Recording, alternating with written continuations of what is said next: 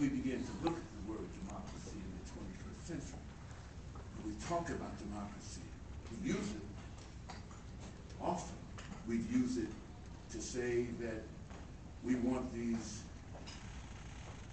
our enemies, to have democratic systems, to have elections, so on and so on. We've used it in the face where we've overthrown democracies. And we know the one, Iran in 1953, Guatemala in 1954, Dominican Republic in 1958. We can go on and further. These are democracies that have been elected by their government, and I must say, Haiti in 2004. So we fuse this word democracy, and where do we, on the one hand, how do we take that word and use that word in a productive, imaginative way?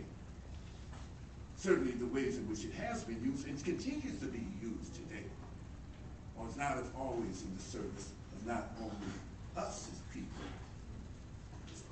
working people, communities around, in this country, around the world, but has also had a devastating impact on our climate, this planet Earth. Was it not democracy in the last 200 years that brought us to this major climatic crisis?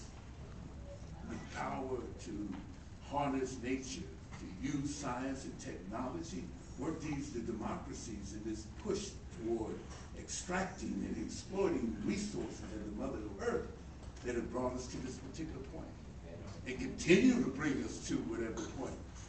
No doubt as we see new democracies in India, democracies that are relatively new in terms of us. These democracies have certainly voted elections that have been sanctioned, elections that have been quite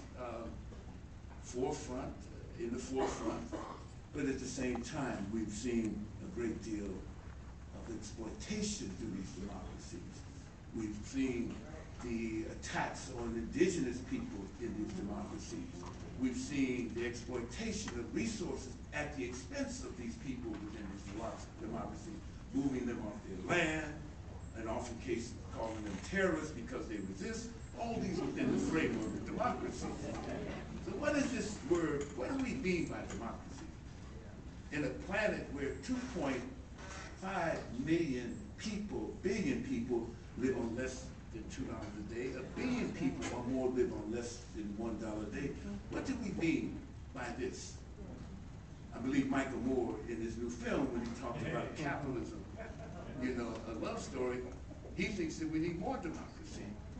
And if there is more democracy, what does that mean? And what does it look like? How will we be able to shape in our own imagination what this democracy look like? And the choices that we make are going to come from you, right here. Where does it frame itself in the shape of what we call development, of creating work that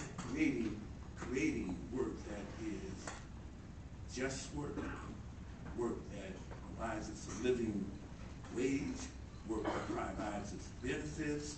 What does that mean in terms of work? Work that is socially responsible work.